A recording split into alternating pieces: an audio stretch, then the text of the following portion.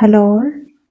Today we will discuss An Apology for Poetry by Philip Sidney. An Apology for Poetry is a work of literary criticism by Philip Sidney, one of the most prominent poets and popular figure of the Elizabethan age. It was first published in 1595 after Sidney's death. Serious literary criticism in England had its birth in the Elizabethan age and sprang from controversy. Attacks on poetry led to its defense, and defense led to greater theoretical understanding of the art of poetry. In 1579, Stephen Gosson, a Puritan critic, published his School of Abuse. It was a clever attack on the subject of drama and poetry in general. Sidney's apology was probably a reply to it. It contains interesting remarks on all kinds of poetry, and it has some famous pages on English as a literary language.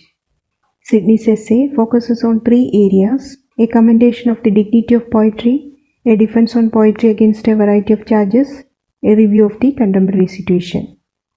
In the earlier part of his apology, Sidney is very closely following classical critics and the critics of the Italian Renaissance, both in his historical examples of the greatness of poetry and in the arguments which he put forward in its defense.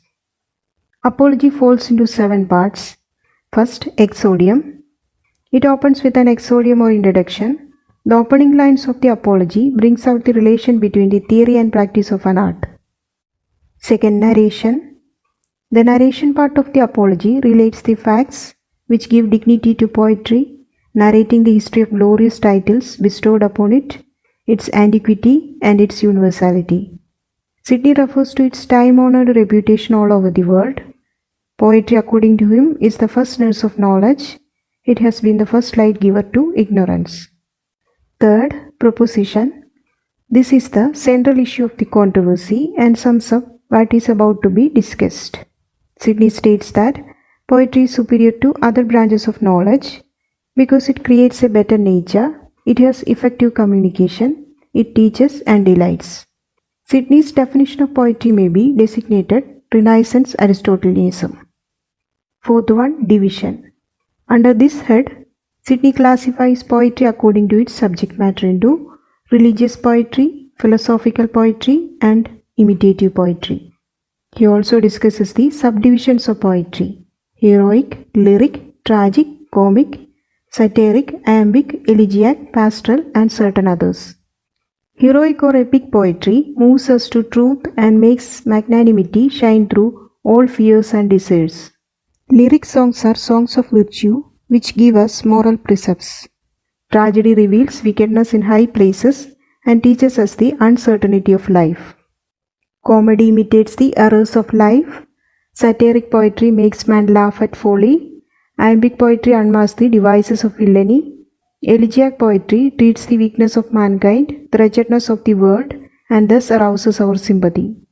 Pastoral poetry treats the evils of tyranny and the beauty of simple life. Thus all kinds of poetry deserve the highest praise and reverence according to Sidney. Fifth, confirmation or proof. In this section, poetry is compared with other disciplines such as philosophy and history. Sidney gives examples showing the value of poetic imitation.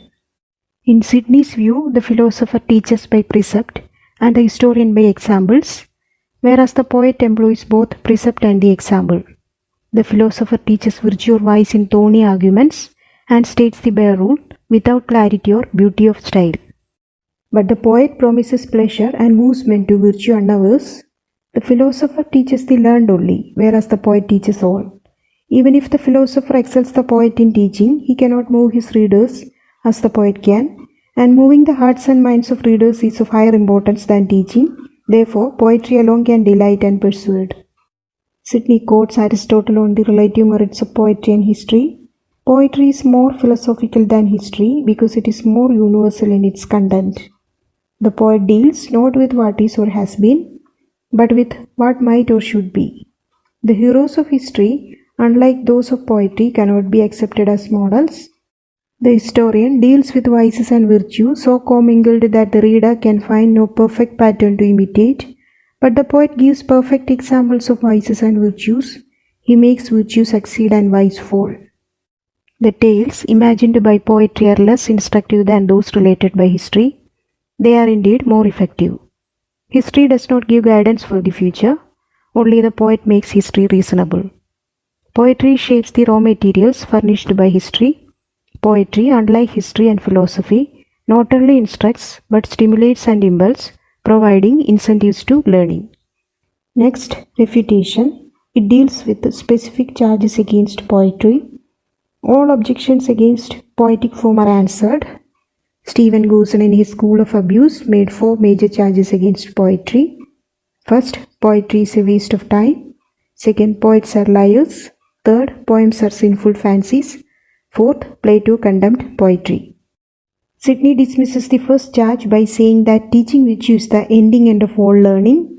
Poetry accomplished this better than all other arts. Poetry is supreme in the teaching of virtue, and there can be no learning that can both teach and move men to virtue as poetry. To the second charge, Sidney replies that the poet never makes false statements. Of all writers under the sun, the poet is the least liar. The poet makes no claim that his propositions are true. He does not publish his figments as facts. To the third charge, Sidney replies, it is not that poetry abuses man's wit, but that man's wit abuses poetry. He states that poetry is not an enemy to noble action. Its description of battles and praise of valiant men notably stirs courage and enthusiasm. In answering the fourth charge, Sidney renews the age-old debate. The conflict between philosophy and poetry is an ancient one, but Plato, however, is not an enemy of poetry.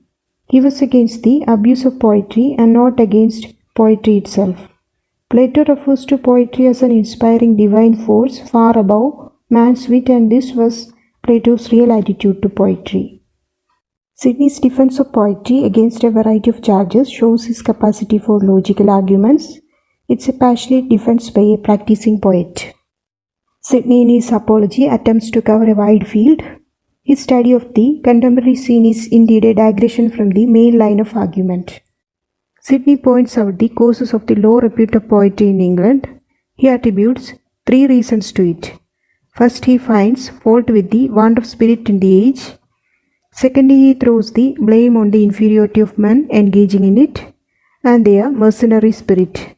Thirdly, Sidney comes out with a comment, poetry is a divine gift, no human skill, and poetry requires a natural faculty.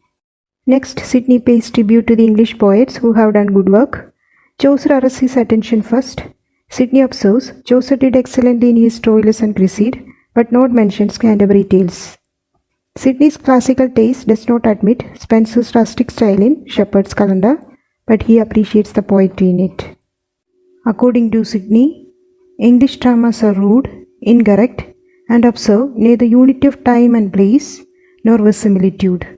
The Apology was written before Marlowe created drama and before Shakespeare arrived in London. Sidney condemns the much too artificial style of both verse and prose, full of far-fetched words and similes.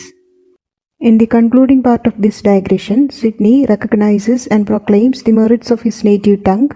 According to him, English is the outstanding poetic medium by reason of its structure and its compound words. Next, peroration. Sidney concludes his apology saying that poetry is full of virtue-breeding delightfulness. Sidney's apology is a landmark in English literary history.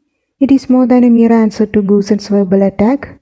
Sidney's essay gathers up the main critical problems and theories of Elizabethan criticism, and it is a clarion call to his fellow poets. There is emotional unity as well as artistic unity in his apology. That's all for today. Thank you for watching.